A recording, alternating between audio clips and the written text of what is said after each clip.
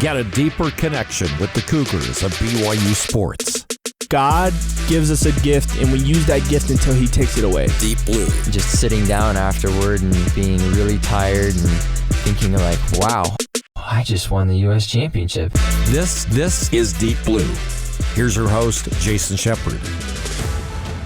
Thank you for tuning in for a new episode of Deep Blue. This is the show where we get to know the person behind the number that you see on the field or the court.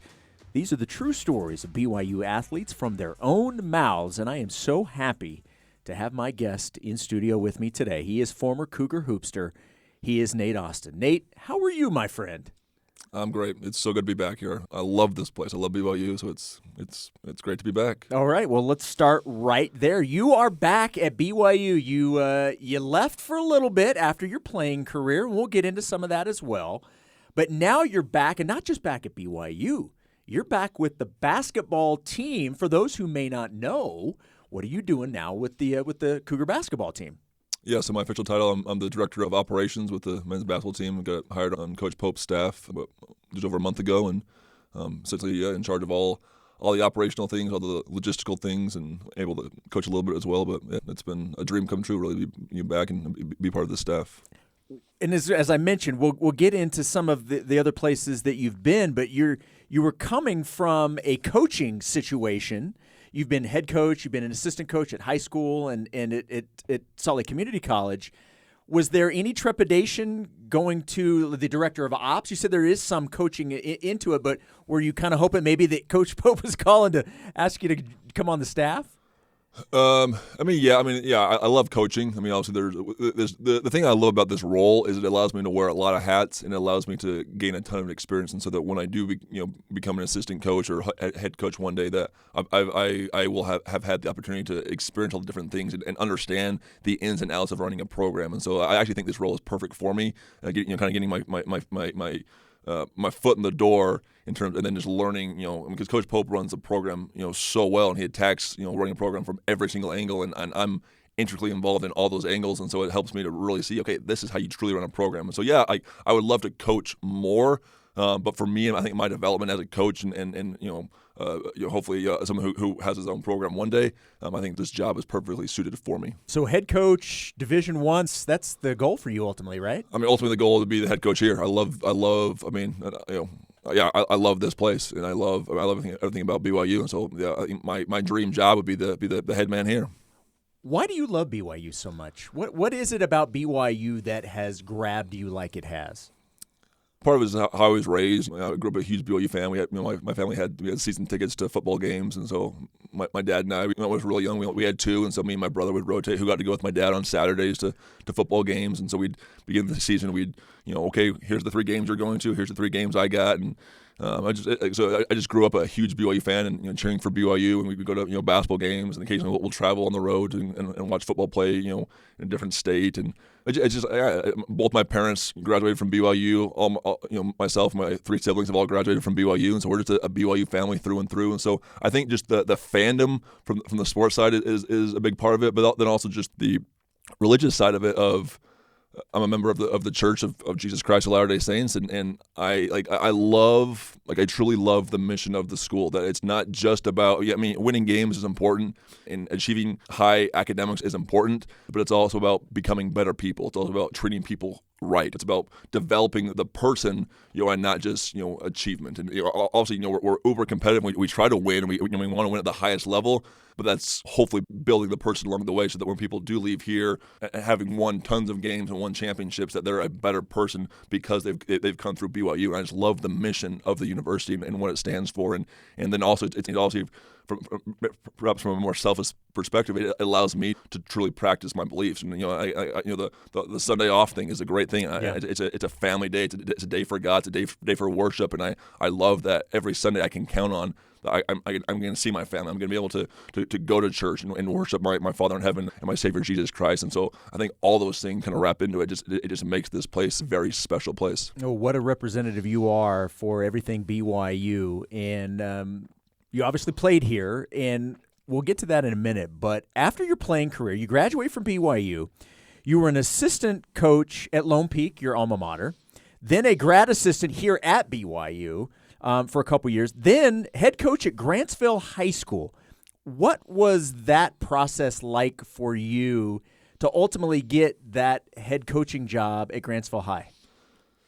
Yeah, so when I was a GA here, my last year, towards the end of the tail end of that, Coach Pope came to me and said, "Okay, like, hey, you're finishing up as a GA. We got to find you a college job." And I told him, I was like, "I think I just want to do high school." And he's like, "Oh well, if that kind of if that suits you, if that's is all you want to do, then let's go for it." And so it was during COVID. And so I started trying to see what jobs were opened up, and there was not a ton of jobs. And so initially I was like, I'm not going to do anything lower than 5A in Utah, like 5 or 6A. Like that's kind of my standard. And there were only a couple that were opened up, and like Lehigh was one of them. But it was between me and Quincy Lewis to get the Lehigh job, and I obviously stood no chance. A guy with state championships and a national championship, and so that was I applied, but I knew that was.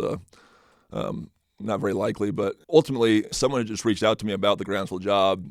So my sophomore head coach at Lone Peak, his name is Reed Bromley, and I've stayed in touch with him forever. And his wife Rhonda Bromley was the principal at Lone Peak, and she worked at the Alpine School District as just different things, and she's really connected, and so she knows about all these different jobs. And so she reached out and said, "Hey, the Grantsville job's open," and then I was like, it's a little bit too small of a school for me. I'm not gonna go there. But eventually, I decided to apply and got the job, and it just clicked. It felt right to go in there. But ultimately, the reason I wanted to go the high school route is because I wanted to be a head coach. I wanted to run a program. I wanted to get right in there and have the coaching, have the relationships, and it was a great experience to be able to for 3 years, last 3 years, to be able to run a program and build relationships with the players and be able to be in charge of offense and defense and gear and all the things that come into it. It's summer workouts and scheduling, and there's a lot of things that go into it. But it was a ton of fun. And the Grantsville red is acceptable red to be wearing, correct? I do not wear Ute red. I wear Cowboy red or Grantsville red. That's what I'm talking about. Yeah. That's what I'm talking about. My BYU guy right here. I had zero red in my closet when I got the job, and so the first thing I did was I bought some red, and actually I owned it. I wore probably red, black, or white every single day while I was there. I mean, occasionally I'd mix in a BYU hoodie at school, but for the most part I was wearing red all day long, and it took probably a few months for my wife to get adjusted to it, because I told her we were dating, and it was like, we do not own red in this family. That's just good life skills, and let's be honest with it. All right, so how difficult, because you obviously enjoyed your time, you had success, and you enjoyed the experience. How difficult was that to leave? It was really hard. Ultimately, what we came down to, the reason we left was, so the high school route, I'll say if the goal was ever college coaching, the route to go to high school was not the correct route. You don't go to high school to go back to college. You just stay in college. And just talking with my wife over the last couple of years, we just decided, hey, like, do we ever want to get into college? Do we ever want to try college basketball? And the answer was yes. And so she said, the longer, talking with some of my mentors, that have done both, they said the longer you stay in high school, the harder it is. Like high school will always be an option, but the door for college is closing. Like every year you're in high school, it's the harder it's going to be to get back into college. And so at the end of this last season, we just decided, season ended, and like probably a few weeks after the season ended, I went to my AD at Grantsville and said like we're done. Like we don't have another job we're going to yet, but we're going to jump all into this college thing. And so for 2-3 months, we had no idea what the next step was, if we're going to move. I was reaching out to everyone all over the country, and true leap of faith. Then, yeah, absolutely. I mean, even to the point like we were willing to. My wife works as well, and she makes good enough money that we could live on just her income for a year or two. So I was willing to just volunteer for a year or two and just kind of really just pay my dues that way. And so ultimately the SLIC job, the Solid Community College job, opened up, and I was able to become an assistant coach there and jumped on board for the last couple months. But it was. I mean, nothing against. I mean, I truly love high school coaching. I love the age group. I love the time of life that they're in. I love everything about that. But it was more just if we wanted to try this college gig out, we got to go now. It's the window's closing, and we got if we and we knew that if we knew let's stay at Grantsville and then hey, let's see if there's jobs are open. Like we knew we'd never get to college if we kind of left both doors open. So we're like, hey, we got to jump all into this college thing. And leave high school behind, and it's worked out. How much has your faith grown, not just going through that, but now sort of coming out on the other side of it and being back where you want to be? Yeah, for me, I'm not a risk taker. It's just not in my DNA. And my wife, maybe a little bit more than I am, but not. I mean, I get like that choice to like hey, we're stepping away from this job, like we're essentially quitting, and then we're like the unknown with nothing to go to. Yeah, yes, that was really hard. Honestly, I think without my wife, I'm not sure I would be able to do it just by myself. I think the fact that we decided to do it together, and that we were both on board with it, and that we'd find ways to make it work financially, and and all that stuff. I think with her strength and who she is. It allowed me to okay, we're gonna find an opportunity. We're gonna get through this, and obviously looking back now, it's obviously a great decision. It was a great choice, and it's obviously it's strengthened our ability to take risks and strengthened our faith to step into the unknown. Are you still 6'11"? You haven't grown any, have you?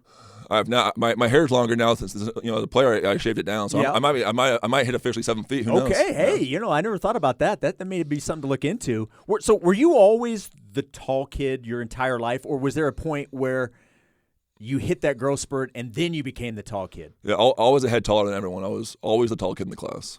Well, and you played high school basketball at one of the best in the state at Lone Peak. You guys were really good. You played with future Cougars Tyler Haws and Josh Sharp, and you predated the, for a better term, the Lone Peak Three, the TJ Haws and Nick Emery and Eric Mika. You played there before they were there. What was it like your high school days at being at such an elite high school program? Yeah, it was. Honestly, I feel like so Quincy Lewis, the head coach at Lone Peak. He ran it like a college program, and so just learning. I came in as a sophomore. I made the team as a sophomore at Lone Peak, and I just remember like he taught me how to be a player. He taught me how to work hard. He taught me how to play fast and slow the game down mentally and all.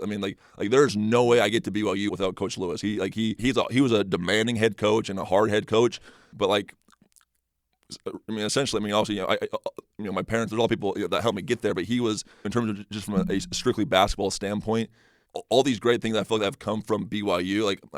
He was a big part of that, and so it was a lot, and there was times when I was like, I'm not sure I can do this anymore, but he pushed us and pushed me and challenged me to grow, and so that 3-year period at Lone Peak was difficult and challenging. But essentially, it's almost like fight or flight, and I stuck it out and I grew from it, and I look back and there's so many things in life that I feel like I can go back to that time period. It's like I've done hard things before, and as a high school sophomore and junior, you don't have the mental understanding of how to cope with things or how to but it's like, hey, I'm able to do hard things there, so I can do hard things now. But it was, and I don't want to paint the picture that I was like it was like life and death. It wasn't like that, but Coach Lewis was demanding. It was hard, and he expected a lot, but because he expected a lot, he got a lot out of us, and we grew together as a team. We also won a lot of games and championships, and I felt like that experience propelled me into being successful here because he taught me how to work hard, how to be committed, how to the smallest details matter, and time matters, and all these little things that I learned as a high school player, I was able to translate into a college player and a college GA and a college coach, and I love that I can tie back to him. How was your recruitment out of high school? Was there any school that was even going to come close to taking you away from coming to BYU, or was once BYU was there and you knew you had an opportunity to come here, that was it? Yeah, in my mind, it was always BYU if I got the opportunity. I remember having a conversation with my mom that even if BYU never offered, I might walk on here over than taking a scholarship somewhere else. I just loved it here. Utah State probably recruited me the hardest, the earliest. They offered me first. But once BYU started recruiting me, it was kind of like that's where my sight was set, and I was kind of locked in there, and and then once they offered, it was like the best day. I remember calling my dad, I remember calling my best friend, who are both obviously huge BYU fans, and it was like it happened. It's awesome. Dreams have been realized. Probably didn't even need to go out and get the gear. You already had it, right? Absolutely. That's right. Hey, that's the beauty of being such a big fan, and when you end up playing for the university, you're never short on gear, whether you're part of the team or whether you're at home. I want to ask you about your mission. You served your mission in Texas, in McAllen, Texas, correct? Yep. How did that experience set you up for the next 10 years? Yeah, so I felt like, prior to my mission, I felt like my parents did a really good job of raising me and teaching me the gospel, but also allowing me to learn the gospel myself and develop my own testimony. So I felt like I went on my mission with my own real testimony of the gospel of the Book of Mormon. I read the Book of Mormon multiple times before my mission, and I felt like I truly believed it. And so I felt like I went into the mission and feel like hey, this stuff really is true. I truly believe this stuff, not hoping or, hey, this is what I'm supposed to do. Like I wanted to serve a mission. I knew the gospel was true. I knew, the blessing that it brought me and my family, and I was ready and eager to go and teach people about it. But I think what the mission taught me was, and cause as a missionary, you see it firsthand every single day of, how much obviously, I grew up in the church, and so a lot of things I took for granted. As a missionary, you see, how much, going to church or reading the scriptures in the morning or praying as a family or finding time for God each day, like how much that truly, even if it's 5 or 10 or 15 minutes, how much that truly just makes a difference in people's lives. And so, those little details, plus, learning to be obedient and learning to work hard and learning to I think one of the greatest strengths of missionary work, it's probably the hardest part sometimes, is learning to get along with a companion and and having to be with them.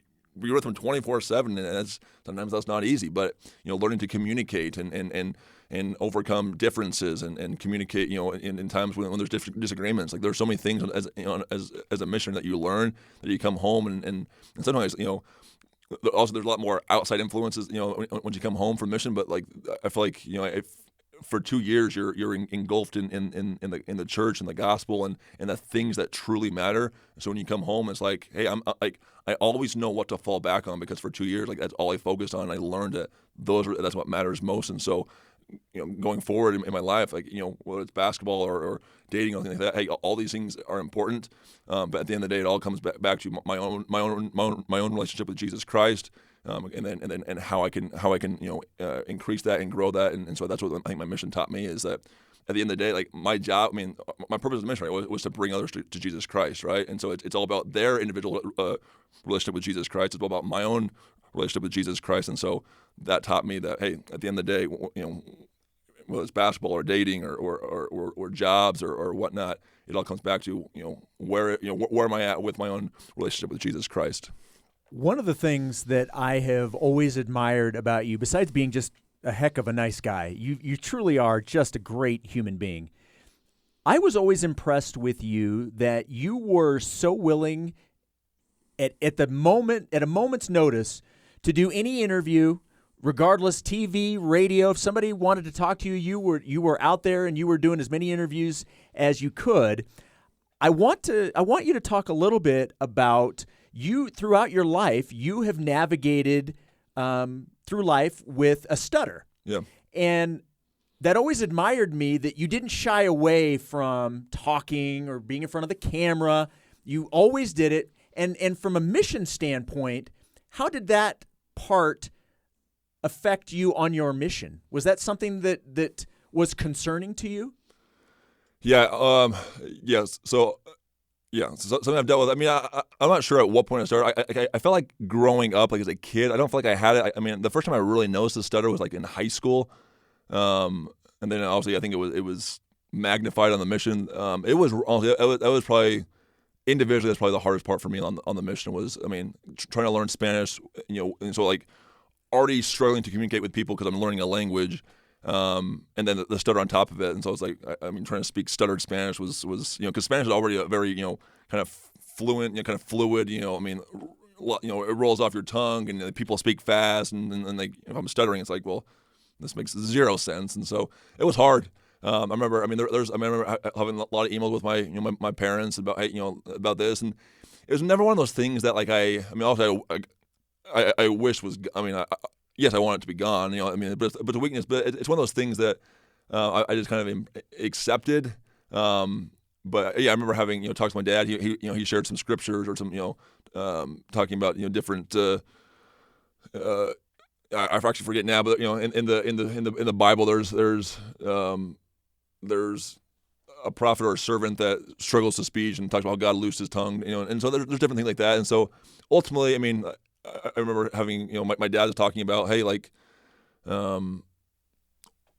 this is God's work. He'll loose your tongue when it's necessary. And so, not that like the conversation I'm starting it's not important, but ultimately, like, if God needs you to speak clearly, He'll let you speak clearly. And if you're stuttering, then it's just one of your weaknesses of mortality, and that's just how it goes. And so, yes, as a missionary, it was really hard. But going back to your point of not turning down interviews, like I And perhaps it's because it's who I am as a competitor. Like I don't like to back down, and so I don't like to even though this is a weakness, even though this is something that maybe should turn me off from talking. It's like I'm gonna embrace it. Like I don't want to miss an experience or miss an opportunity because I'm self-conscious about about stuttering or how I talk or something like that, thing like that. Well, and you told me that, look, it's the things that make us unique that make us us, right? Yeah. Ultimately, I think my stutter, it makes me real with other people, right? I mean, there's, people. I talk to people like, oh, you're tall, you went to BYU, you have everything you wanted, and it's like, yeah, I've lived an unbelievable life, and I've been so blessed, but ultimately, yeah, I think I talk with people, and they're like, oh wow, like you don't speak perfectly or even great, and that's hard. But it's like, yeah, I think it makes me real. It makes me unique, and it's part of who I am, and I've embraced it. All right, we will take a quick break. We'll have more with Nate Austin. When we come back, we'll get into his playing days, and he's the all-time leader in something, and we will get to that. We'll see how proud he is of that one. He's got a smirk on his face. I think he's pretty proud. we will see. We'll touch on that when we come back. This is Deep Blue on BYU Radio.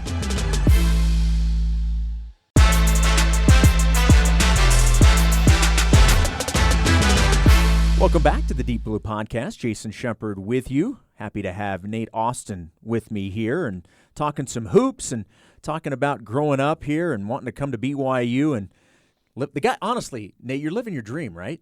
You said that at the beginning of the podcast. This is kind of living your best life, right? Absolutely. Yep. I've been here for just over a month, and it's still kind of surreal that I get to work at BYU every single day. So before we get into your playing career, you wanted to mention one more thing about your stuttering. Yeah, it's one thing for me. So it's something that I've navigated, and I've been to speech therapists, and they've kind of helped me a little bit. But the thing that I feel like has helped me the most, and honestly, it's something I feel like I kind of learned from Coach Lewis at Lone Peak, because he was so detailed in his practice plans and our approach to games and whatnot. And I feel like he really taught me that every detail matters and preparation is the key. That whether it was a presentation at BYU for a comms class, or whether it was presenting a game plan to my kids at Grantsville High School. I've learned that I feel more confident, and when I'm more confident, I feel like I stutter less. Maybe that's not true, but maybe in my head I do. But to me, preparation is everything. So I've tried, I try to understand, okay, what are the time? If I have a 15-minute presentation, I'm going to talk at this time. Like, I try to be really just uber detailed, not necessarily word for word, but preparation is everything to me. I feel like I'm not very good off the cuff. I can't just speak, and that's when I start to stutter and trip over my own words and things like that, and can't get a word out. But if I know, hey, if I'm comfortable with the situation and prepare ahead of time, then I think the confidence is part of me, and then I'm able to speak more freely, and I think the stuttering becomes less of an issue. And so I think just the detailed approach and preparation is one thing I've done that has helped me to kind of combat the stuttering issue. Well, and don't you think, that lesson right there in terms of being prepared,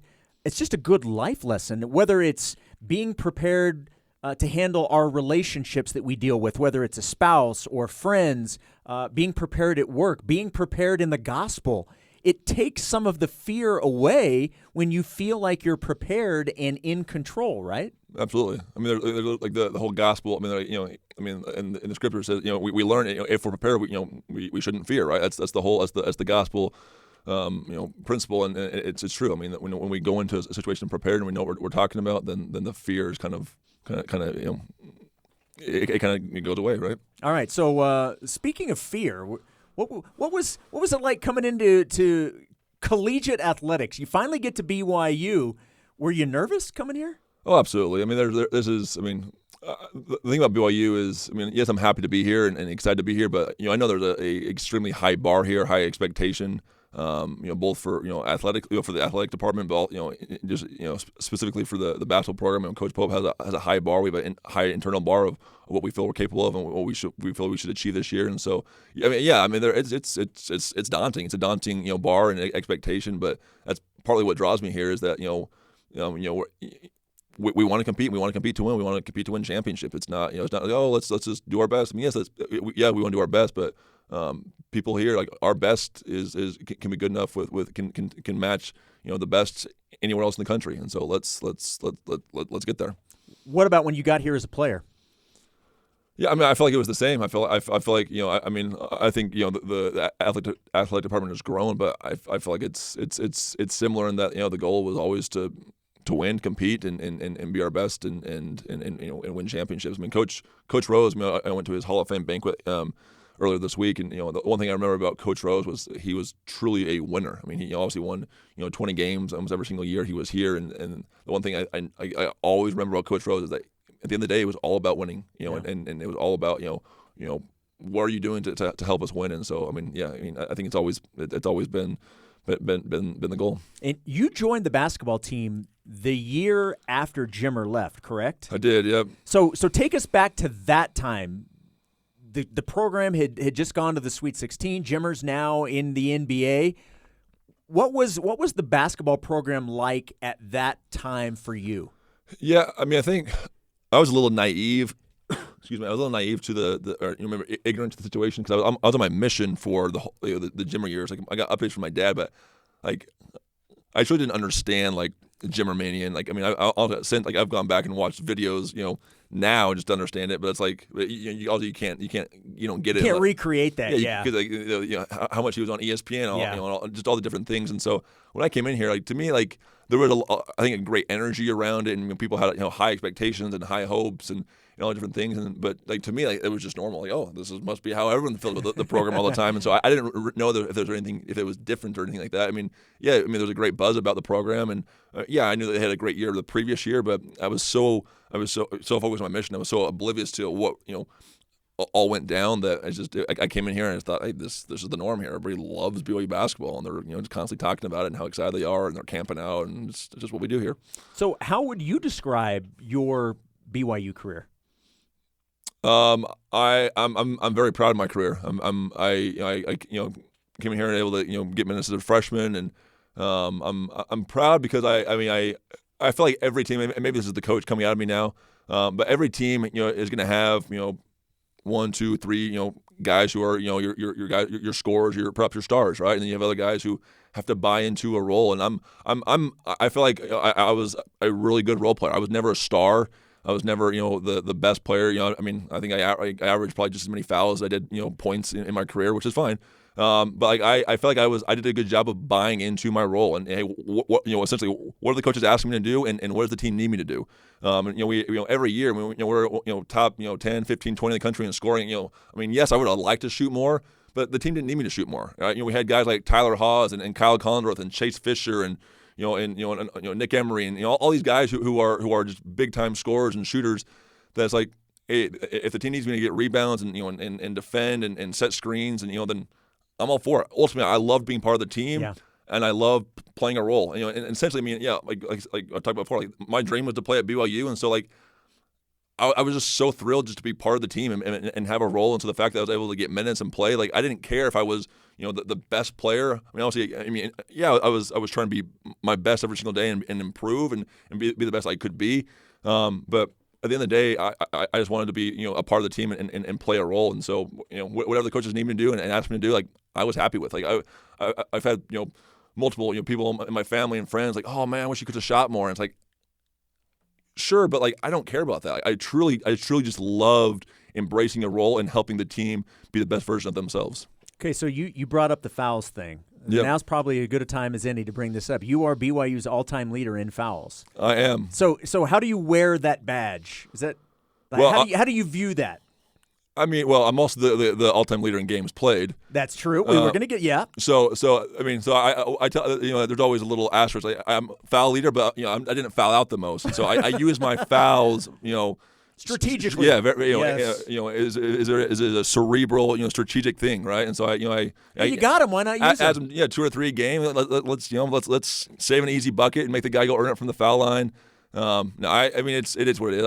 I don't. Initially when I got the record, I remember like my last year when people were toweling until I got the record, and I was like super annoyed by it at that point. And like the first couple years after I got done, like, I hated the record, but now it's like, it's whatever. It's like my name's in the record book. That's great. It's not the most positive thing, but it's not over negative either. No. That doesn't mean you were going up and punching people in the face. Yeah. So I'm not sure I would say I'm proud of it, but I'm also like, it's cool to be in the record book. You had a season-ending injury against Utah.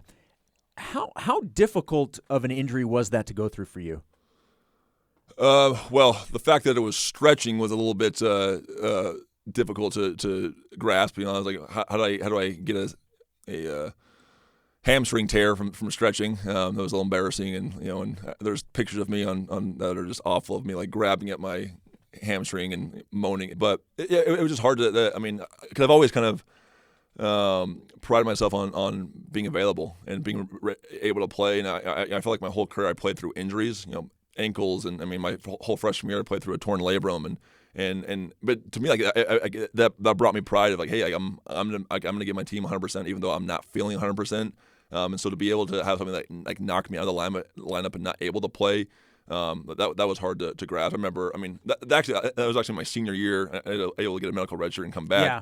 and so I was able to, but I thought I was done, and so that was hard for me to grasp. Like I remember actually as soon as it happened, and like I remember like crying, and like it's like this is how I invested so much into this place and in my career here. Like this is how it's going to end with a season-ending injury. I was devastated for a while, but it was hard. Okay, so you mentioned you had to walk onto the team your senior year due to the fact you had received the medical hardship waiver.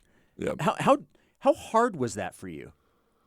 It wasn't that bad. Ultimately, because it got to the point where, the staff was expecting me because I didn't redshirt at all, and so they had planned out for 4 years, and so all the scholarships were taken up to that point, and so they said, hey, we'd love to have you back, but we don't have a spot for you.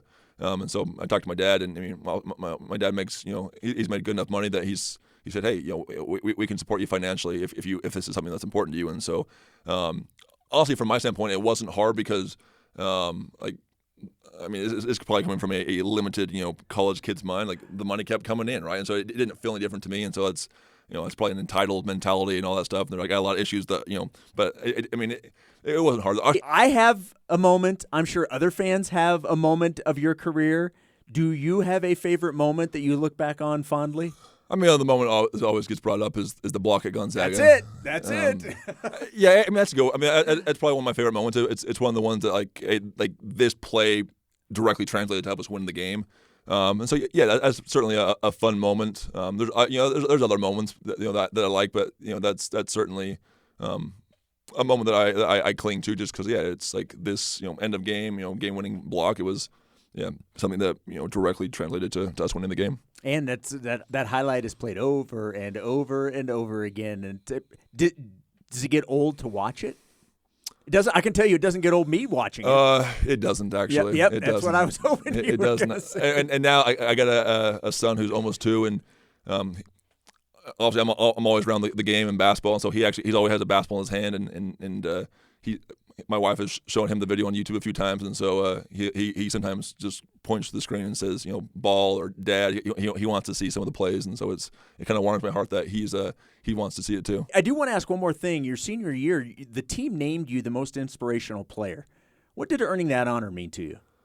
It was nice to be recognized. Just to be recognized for efforts, and I tried to be a leader. I tried to I was to learn more about leadership, after my playing days. But I think I tried to build relationships with each of the guys. I tried to be a leader. I tried to be ready to go and be available. And I'm not sure I was an inspiration, but I guess that's for them to decide. But it just meant that perhaps my small efforts meant something to at least a few of them. What's important to you now in your life now that you're back here at BYU and got the family and the career's on a good path? What's that like for you right now? Honestly, I think what's important to me now is being a dad. Like I love being a dad. I love spending time with my kids and my wife and their family. And I've always been a big proponent of family time. I've always loved family time. But I think being a dad it just changes your perspective of life and what truly matters. And I think with this job, coaching's a busy and a time demanding profession. And so I think one thing that matters more now is trying to be present. Working when work's demanding, get your work done, and when you're at home, try to be as present as possible, and really dive into the relationships with my kids and my wife, and obviously that's something that's probably an ongoing learning process and has a steep learning curve with it. But yeah, I think that's something that's more important to me now is just the essentially being where my feet are.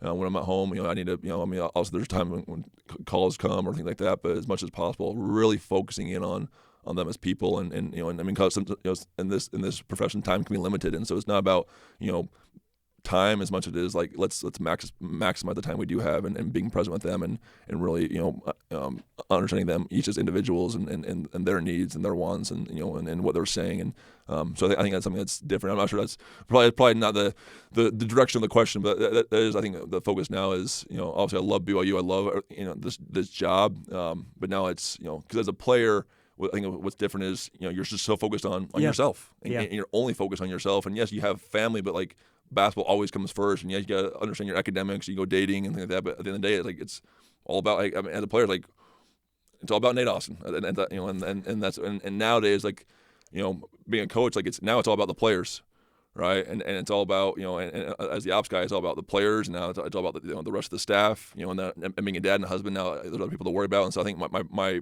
perspective now, it's more outward rather than the player, where it's a lot more inward. All right, one last question before we wrap things up.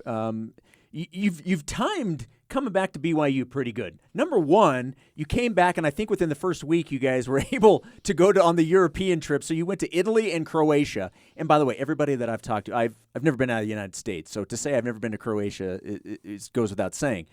Everybody I've talked to said Croatia was unbelievable. So you got to go on that, and now you're coming back when BYU's entering its first season in the Big 12, which is just so much fun. How excited are you about where the program is and what's in store for it moving forward? Yeah, I think the program's it's in a great place. I think Coach Pope and his staff has done a masterful job of getting the program where it's at. Building off what Coach Rose built here, and just the consistency, and Coach Pope has done a great job of building on top of that. And now we have a new challenge of going to the Big 12 and competing against the best, night in and night out. And I think it's hopefully it's every competitor's dream to compete against the best. And I think that will bring the best out of us as a staff. I think it'll bring the best out of us as a university. I think it'll bring the best out of us as from the player standpoint. And I think it's just a great opportunity to showcase to the world. It's a bigger stage now of this is who BYU is. I mean, yes, we have an honor code which people target and think is funky. But I think if we embrace who we are, from the honor coach perspective, but from the religious and church perspective, from the sports perspective, and all the different things that make up BYU. I think if we embrace it and then showcase who we are, I think it's a great platform to show, like, this is who we are, and we're gonna stand by it. Everyone, most other athletic programs or teams or schools do things differently, and that's okay. But we have a big stage now, a big opportunity ahead of us to showcase that, hey, things can be done, in this way. I mean, in staffing today, Coach Pope talked about just the dual kind of mission of the university. We have this church aspect, and we have this. Our goal is to win. Our goal is to win in the program, but it's also we have a mission, for the church and to create better individuals. And there's, we have these dual purposes that are aligned. Yep. But every other athletic team in the country, they have one purpose, and that's to win.